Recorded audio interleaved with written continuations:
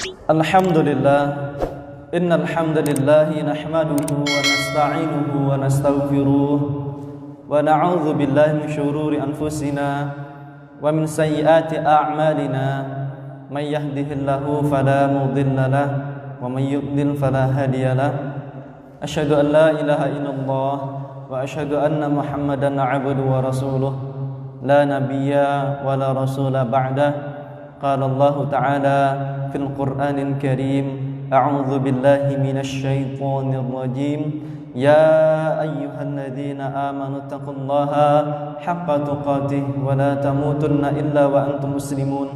Wa qala Rasulullah sallallahu alaihi wasallam, ittaqillaha haitsu ma kunta wa atbi'i sayyi'atal hasanata tamhuha wa khaliqin nasa bi khuluqin hasanin. Amma ba'd.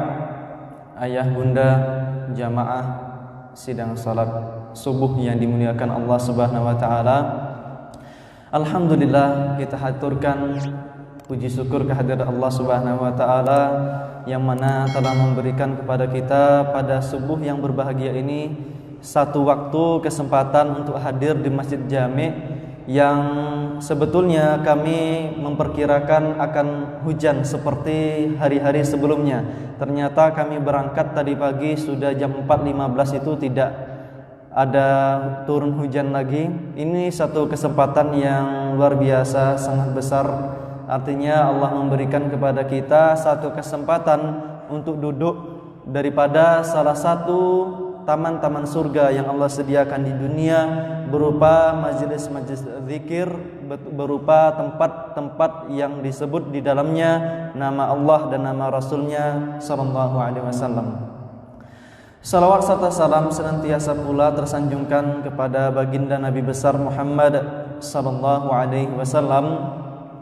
Atas petunjuk beliau, semoga kemudian tersampaikan salawat kepadanya, kepada keluarga, kepada seluruh sahabat Rasulullah sallallahu alaihi wasallam, kepada seluruh tabi'in dan tabi'ut tabi'in, serta orang-orang yang senantiasa istiqomah untuk memegang Al-Quran, memegang As-Sunnah sebagai petunjuk di dalam hidupnya.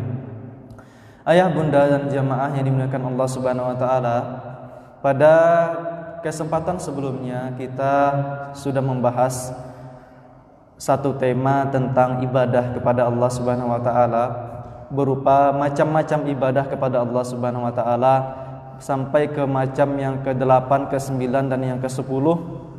Karena ada berbagai macam bentuk ibadah. Yang terakhir yang kita bahas adalah tentang tawakal kepada Allah Subhanahu wa taala. Pada kesempatan kali ini kita akan meneruskan sisa daripada macam-macam beribadah kepada Allah Subhanahu wa taala. Sebelumnya kami sampaikan bahwasanya kajian Ushulus Salasa ini baru sampai kepada halaman ke-12 dan ke-13.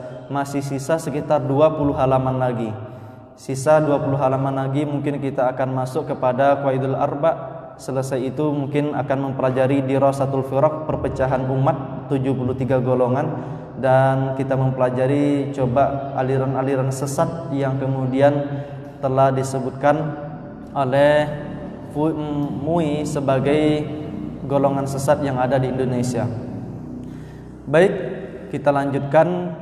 Wa dalilul ar-raghba wa rahba wal khusyu', dan dalil daripada raghba dan rahba dan khusyuk, tiga macam bentuk ibadah. Qauluhu ta'ala, Quran surat Al-Anbiya ayat yang ke-90, innahum kanu yusari'una fil khairat, sesungguhnya mereka kanu adalah yang senantiasa yusari'un, mempercepat diri mereka fil khairat, dalam hal-hal kebaikan, wa yad'unana raghaban wa rahaba wa kanu lana khashi'in, dan mereka berdoa kepada kami, meminta sesuatu kepada kami dengan raghbah, ada rasa cinta terhadap suatu kebaikan, dan rahbah yaitu salah satu bentuk takut kepada Allah Subhanahu wa taala. Wa kanu lana khashi'in, dan mereka adalah orang-orang yang senantiasa khashi'in, yaitu bersikap khusyuk kepada Allah Subhanahu wa taala.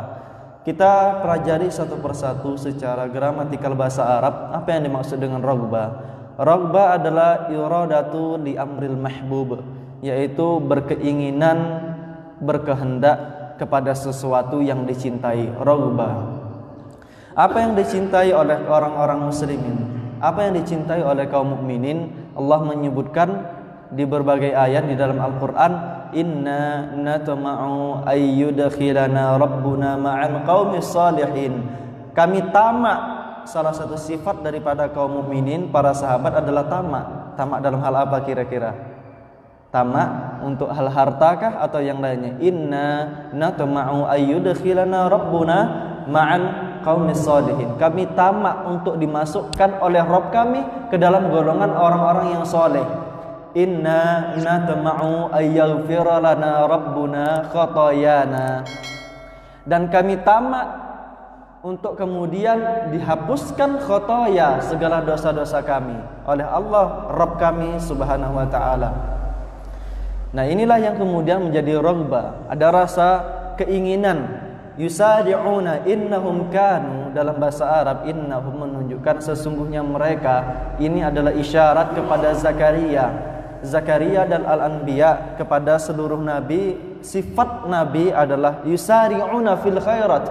Mereka mempercepat diri mereka kepada khairat, hal-hal kebaikan. Jadi ada suatu masa seorang manusia telah menggunakan potensi di dalam dirinya. Potensi tersebut telah dilakukan setengah misalnya. Masih ada waktu kosong daripada keseharian mereka. Apa yang disebutkan Allah Subhanahu wa taala dalam Quran surat Al-Insyirah, fa idza faragta fansab. Jika engkau dalam keadaan kosong, fansab. Artinya Allah Subhanahu wa taala menghendaki kepada kita semua dalam hal-hal kekosongan di dalam waktu keseharian kita, fa idza faragta fansab. Jikalau engkau dalam keadaan kosong, lanjutkan. Kita telah mampu menghasilkan suatu hal ini, masih kosong. Jikalau tidak lelah dipakai untuk istirahat dan ibadah, fansab, maka lakukan suatu amal ibadah yang lainnya. Raghbah, satu bentuk kecintaan kepada sesuatu yang dicintai oleh manusia. Dan salah satu bentuk kecintaan seorang manusia adalah ketika dia diampuni dosanya oleh Allah Subhanahu wa taala. Adalah dia ketika dimasukkan ke dalam golongan kaum saleh. Dan raghbah, ada satu kitab pembahasannya tentang targhib wa tarhib. Targhib itu tentang satu reward, apresiasi tentang satu motivasi, sedangkan tarhib itu ancaman, satu punishment yang kemudian diberikan. Dan isinya tentang targhib wa tarhib, yaitu tentang motivasi untuk melakukan amal ibadah dan motivasi meninggalkan amal keburukan. Raghbah adalah salah satu bentuk sesuatu yang dihindarkan oleh seorang manusia. Dalam Quran surat An-Naba ayat yang ke-40, inna anzarnakum adzaban qariba wa yauma yaqulul kafiru ya laitani kuntu turaba. Orang-orang kafir kemudian berdoa sesuatu, dia bertamanna. Tamanna dalam artian bahasa Arab, mereka menginginkan sesuatu yang itu mustahil husuluhu, yaitu mustahil untuk mencapai sesuatu hal tersebut. Telah meninggal, tak mungkin kemudian hidup kembali. Dalam artian telah dikumpulkan oleh Allah Subhanahu wa taala di mahsyar untuk dihidupkan kembali di dunia, tidak mungkin.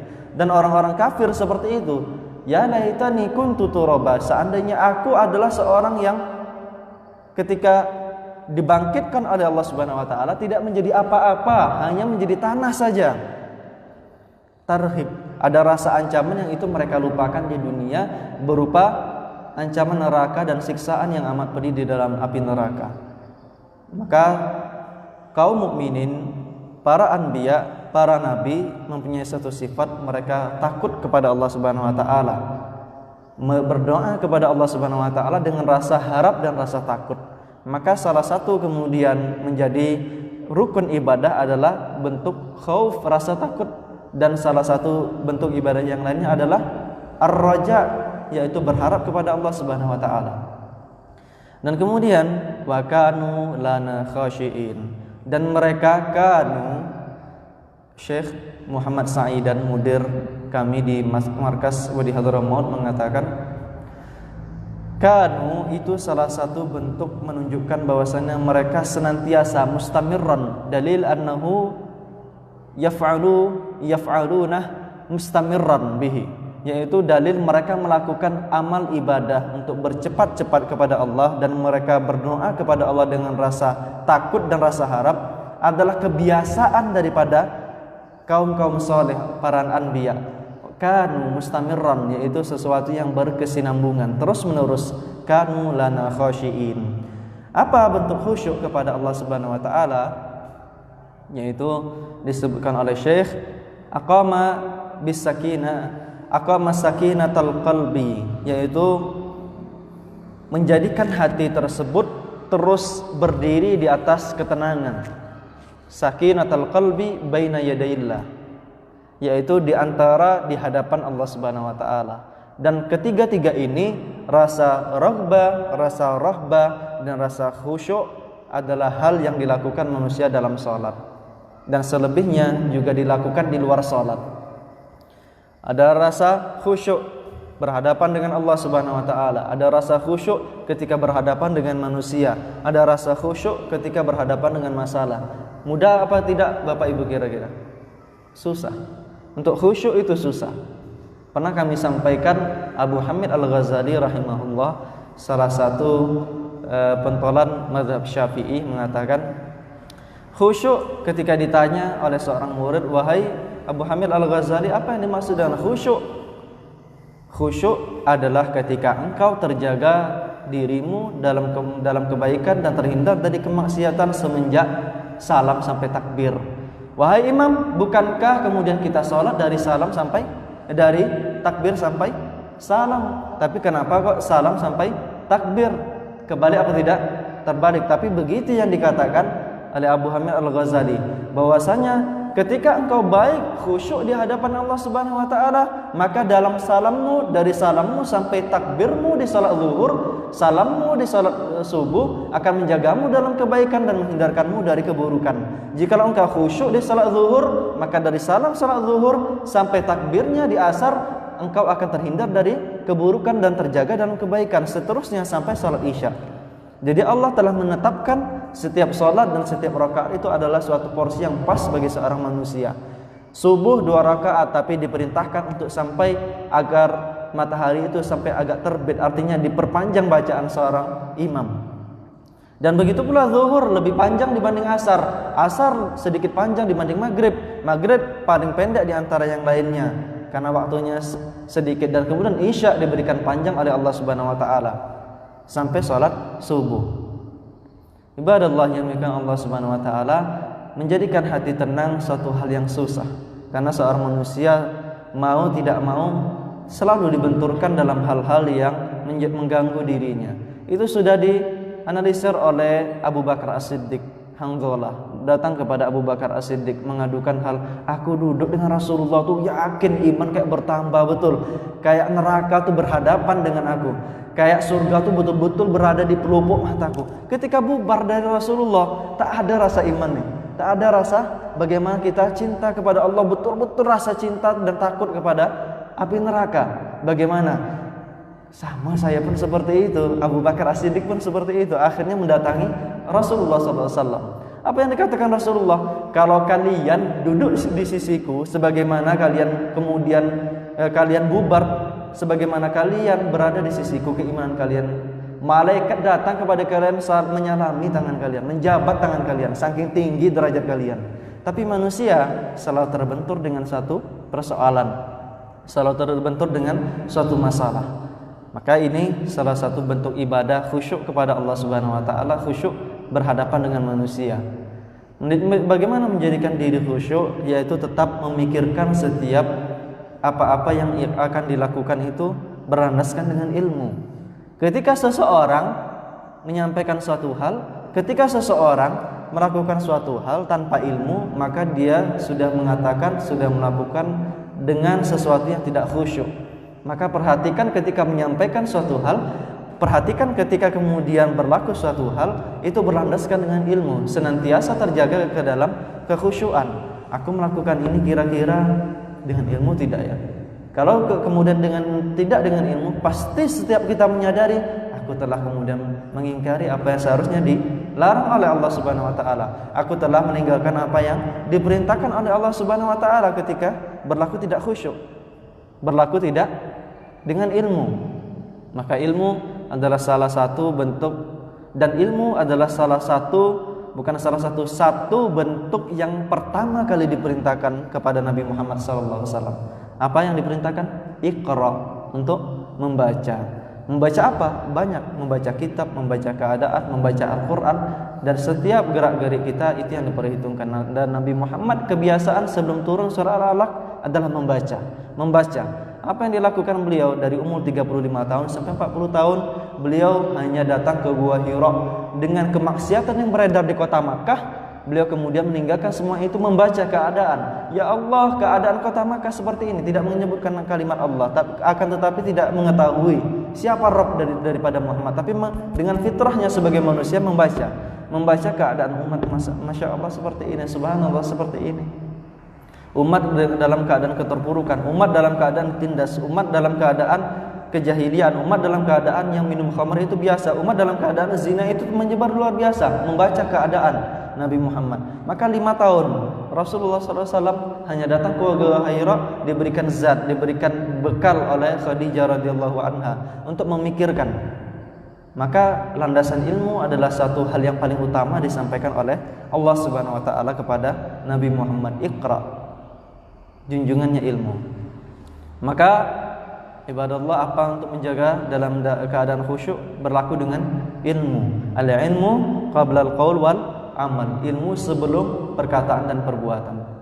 Dan kemudian yang keempat, macam-macam daripada amal ibadah yang diperintahkan oleh Allah Subhanahu wa taala, bentuk khasyah. Ada rasa khasyah. Apa rasa khasyah? Kemarin kita membahas khauf. Kemudian ada khasyah.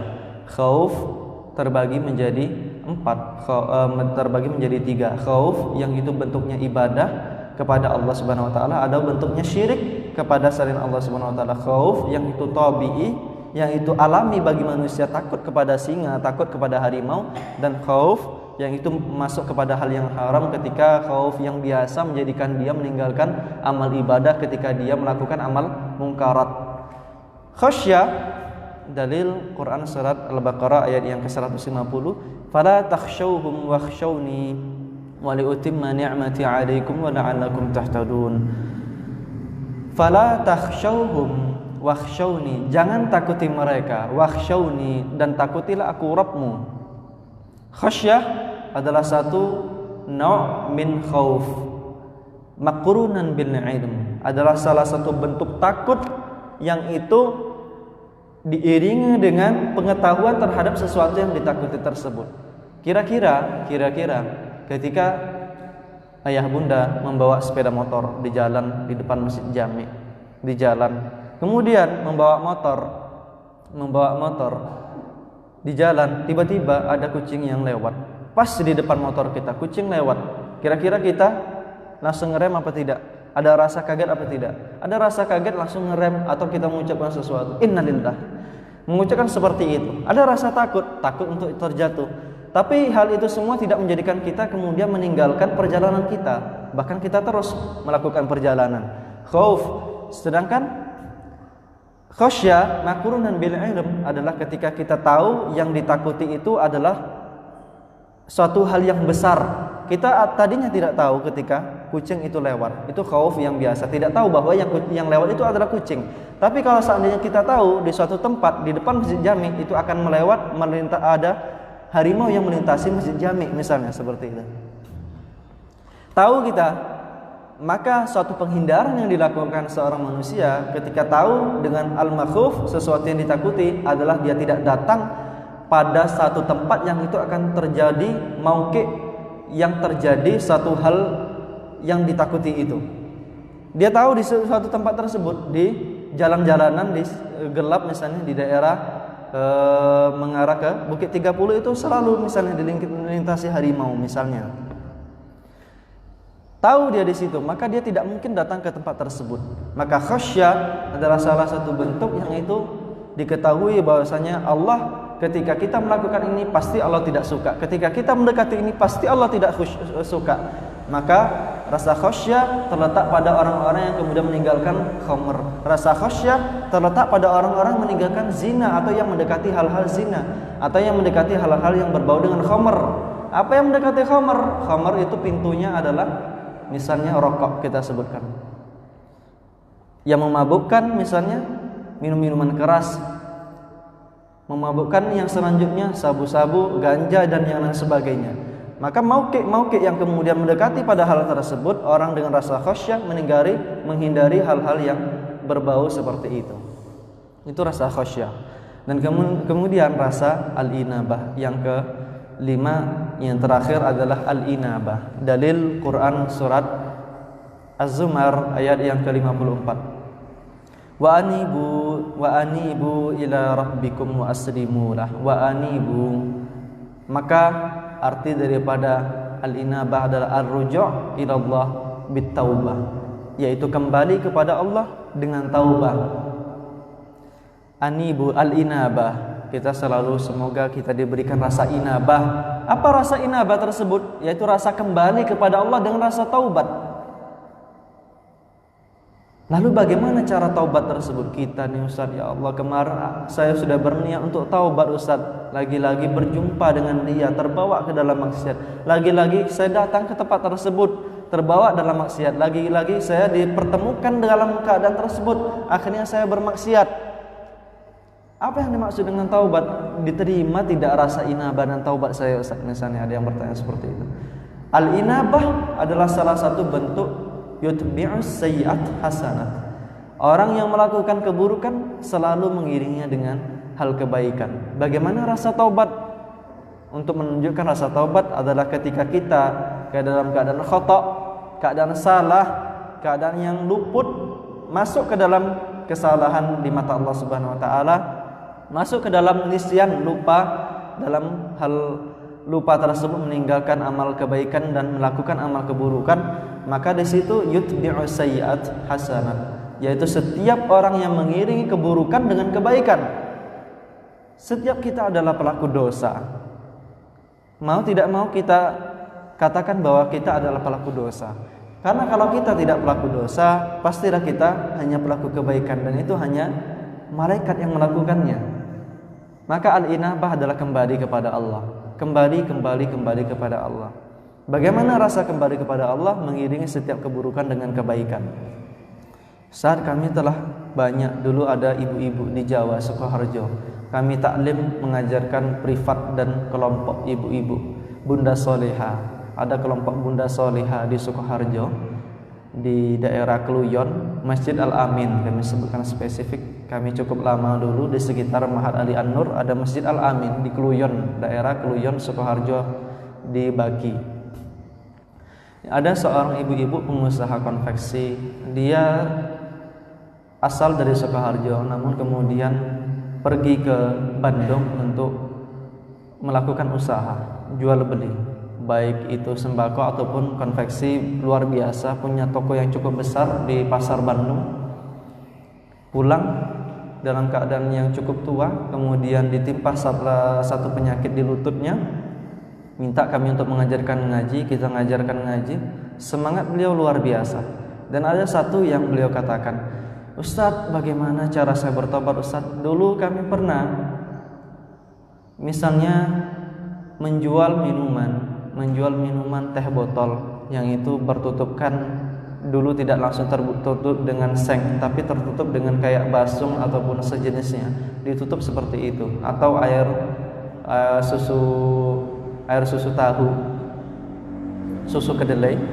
Jadi kami isi Ustadz dengan sesuatu yang itu tidak asli dari pabriknya lagi, kami isi ulang sendiri, kemudian kami jual Ustadz. Dan kemudian ada beberapa uang yang itu sebetulnya tinggal kami simpan saja Ustadz. Bagaimana cara kami bertaubat Mbak Ustadz gitu.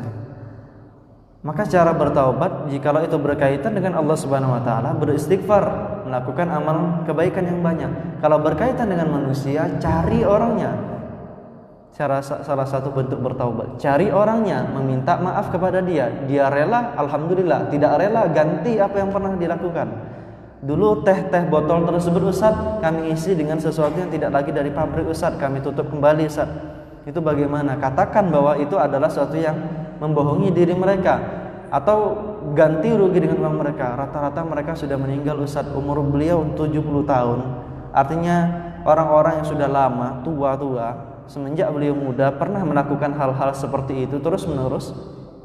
Bagaimana cara melakukannya? Jikalau mereka sudah meninggal, ambil harta dari ibu yang pernah ada atau yang masih ada, infakkan atas nama mereka masing-masing atau infakkan secara umum atas setiap orang yang telah dicurangi. Mudah-mudahan Allah mengampuni. Tapi hisabnya pasti senantiasa Allah kumpulkan orang yang mempunyai masalah dengan fulan A dengan fulan B. Allah kumpulkan di yaumul mahsyar. Dulu dia telah memukul engkau, dulu dia telah membohongi engkau, dulu dia telah menipu engkau. Engkau ridho apa tidak? Kalau tidak ridho, setiap kebaikan dari diri engkau akan diambil oleh dirinya. Kalau tidak cukup keburukannya, itu disebut dengan muflis oleh Rasulullah SAW. Maka cara bertaubat adalah setiap keburukan itu diiringi dengan kebaikan. Dan setiap hal kita yang melakukan keburukan pasti bisa melakukan taubat. Ada jalannya untuk taubat. Saya sudah banyak melakukan maksiat, Allah pasti mengampuni. Saya sudah banyak melakukan amal perbuatan yang amat keji Ustaz, pasti Allah ampuni. Saya sudah meninggalkan amal ibadah seperti zakat mal, zakat fitri telah berapa kali semenjak dulu Ustaz, pasti Allah ampuni. Saya telah melakukan keburukan, saya telah berzina, saya telah melakukan meminum khamr, saya telah menipu manusia, saya telah menyusahkan manusia, pasti Allah ampuni jikalau ada rasa inabah kepada Allah Subhanahu wa taala. Karena Allah, jangankan kemudian amal ibadah yang buruk, kita melakukan keburukan-keburukan tersebut hanya kemudian mengatakan subhanallahi wa bihamdi khutta anhu khatayah walau mithla zabadil bahri. Dengan mengatakan subhanallahi wa bihamdi, Allah hapuskan dosa-dosa kita sebagaimana Allah menghapuskan buih-buih yang ada di lautan. Sangat banyak. Apalagi kita melakukan amal ibadah yang lebih besar daripada itu, mengeluarkan harta untuk beri infak, mengeluarkan tenaga untuk berjuang, meluangkan waktu untuk menyempatkan hadir di majelis-majelis ilmu, akan menghapuskan dosa-dosa kita insyaallah. Baik ayah bunda yang dimuliakan Allah Subhanahu wa taala, ini yang kita bahas 5 hal dalam beribadah, macam-macam ibadah kepada Allah Subhanahu wa taala. Sisa tinggal 3 hal sebelum kita menuju kepada ma'rifat dinul Islam. Ada 3 hal nanti akan kita bahas di pertemuan berikutnya. Mungkin ada yang ingin ditanyakan sebelum kami tutup. Baik.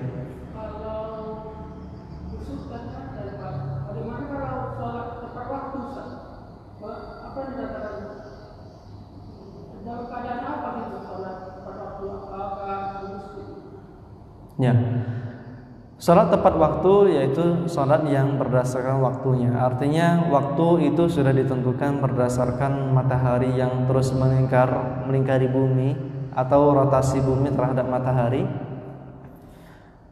Bukan kemudian berdasarkan azan mengingatkan manusia, namun kadang-kadang manusia luput dalam 2-3 menit atau terlalu cepat 3-4 menit. Ibadah yang tepat pada waktunya adalah salah satu bentuk ibadah yang diutamakan oleh Allah Subhanahu wa taala, dan bentuk takhir adalah bentuk kepada menyia-nyiakan salat. Yang dimaksud dengan alladzina hum 'an salatihim sahun, mereka yang melalaikan amal ibadah adalah ketika yang mentakhir.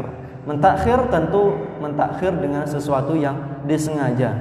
Ibu-ibu yang biasanya sering melakukan atau bapak-bapak yang sedang di kantor yang tanggung lah azan pula, nanti lo ngetik sedikit nih, aduh nggak tanggung pula, garam lah sedikit lagi tinggal masuk ke gulai misalnya gitu ya. Itu sesuatu yang tanggung seperti itu. Tapi takhir, kalau mengakhirkan terlalu lama, mengakhirkan 10 menit, 15 menit, itu sudah termasuk menyia-nyiakan sholat. Bukan yang meninggalkan atau bolong-bolong sholatnya yang dimaksud dengan alladzina hum 'an salatihim sahun, akan tetapi mereka yang takhir, melakukan pengakhiran. Nantilah.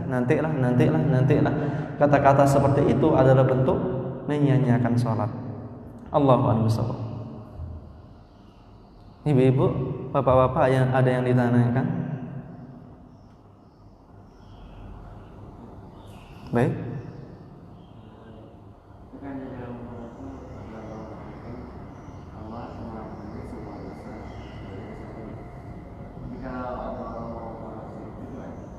Gimana? Orang yang mau bertobat dengan dosa syirik, pertama hal yang menjadikan dia mempersekutukan Allah dihindari. Ada seseorang yang dia ingin anaknya terhindar dari jin-jin di rumahnya. Jin-jin. Dia sering kesurupan, tak jauh dari rumah kami. Dia sering kesurupan. Minta tolong untuk kemudian diruqyah. Salah satu yang meruqyah adalah yang putranya sedang tahfidz di sini. Kami bawa ke tempat orang tersebut. Kemudian diperintahkan untuk menurunkan seluruh pajangan-pajangan foto yang itu bisa dihinggapi oleh jin-jin atau setan-setan. Maka di situ sudah dilakukannya. Namun setelah berakhir sudah reda, dia ingin satu langkah yang cepat, yaitu mendatangi orang yang kalau dibaca-bacakan di tangannya, ditempelkan ke anaknya yang kesurupan, langsung hilang jinnya. Itu yang kemudian mempersulit dia untuk bertaubat kepada Allah Subhanahu wa taala. Untuk bertaubat tinggalkan satu sebab. Kenapa dia berbuat syirik? Dia telah meyakini ada orang-orang pintar. Siapa orang-orang pintar, Pak? Orang pintar minum tolak angin gitu ya. Siapa orang-orang pintar? Orang pintar dia kalau yang dipahami secara negatif adalah orang-orang yang berkaitan dengan hal-hal gaib, dia dekat dengan hal-hal gaib. Maka apa sebab-sebabnya? Jikalau kemudian ada satu sebab, misalnya dia seperti itu, meyakini bahwa ada yang mendatangkan maslahat atau mudarat di samping Allah Subhanahu wa taala pada jiwa seorang makhluk, maka sebab itu yang harus ditinggalkan dia. Harus thiqah billah, harus dia percaya, yakin kepada Allah Subhanahu wa taala bahwasanya sebab itu adalah satu sebab yang tidak mungkin dia yang kemudian melakukan sendiri, pasti dengan mengikutkan hal yang lainnya. Kami katakan bahwasanya jin-jin yang kemudian masuk, orang-orang yang kemudian kesurupan dapat dihilangkan oleh seseorang dengan dia mengatakan sesuatu, atau kadang-kadang dia mengambil dengan jempolnya masuk ke langit-langit mulutnya, diusapkannya kepada orang yang kesurupan, maka orang tersebut telah bersekutu pula dengan jin yang lebih besar dibanding jin yang merasuki jiwa seseorang. Akhirnya itu hilang sementara, akan tetapi itu tetap berlaku di dalam dirinya terus menerus. Sampai sekarang kami masih mendengar bahwasanya kadang-kadang dia masih seperti itu. Ibunya yang kemudian tidak tahan kalau melihat anaknya kesurupan, kami bilangkan tenang, jangan hadapi hal seperti itu. Namun dia tetap kembali kepada orang-orang yang dapat mendatangkan mudarat dan menolak mudarat mendatangkan manfaat tersebut, yang diyakini seperti itu. Jadi meninggalkan sebab. Untuk meninggalkan kesyirikan kepada Allah, meninggalkan sebab. Kalau itu benda dihancurkan. Kalau itu benda yang dipajang seperti raja-raja, raja adalah satu tulisan, baik tulisan Arab tidak beraturan, tulisan-tulisan yang itu kita lihat sebetulnya tidak ada maknanya, ditempel di depan-depan pintu, itu syirik, menolak mudarat selain daripada Allah Subhanahu wa taala. Hal seperti itu diturunkan, dibakar. Kalau itu patung yang kemudian disembah oleh seorang manusia, orang-orang yang berbuat syirik, musyrikin, kaum di luar Islam, maka itu yang dihancurkan. Kemudian rasa untuk kembali kepada Allah Subhanahu wa taala. Kalau kemudian dia rasa kembali, namun yang paling utama bukan menghancurkan satu hal tersebut, tapi meninggalkan keyakinan di dalam hatinya, serta kemudian diiringi dengan meninggalkan sebab-sebab tersebut. Rasa kemudian untuk mengesahkan Allah Subhanahu wa taala. Karena berbuat syirik tidak selalu serta-merta terletak dalam benda yang kemudian mendatangi, tapi dalam keyakinan kalau bukan saya yang seperti itu, pastilah dia bukan seperti ini. Kalau saya tak menunjukkan dia kepada pasar tersebut, tak jadi orang kaya dia, itu sudah berbuat syirik, namun syirkul asghar. Kalau yang besar langsung min nau'il ibadah yatatasarraf ila ghairillah, yaitu satu bentuk amal ibadah yang langsung kepada selain daripada Allah Subhanahu wa taala. Salah satu bentuk tadi rasa takut, rasa berharap. Kita berharap, kita takut kepada selain daripada Allah Subhanahu wa taala berbuat syirik. Jadi mengetahui.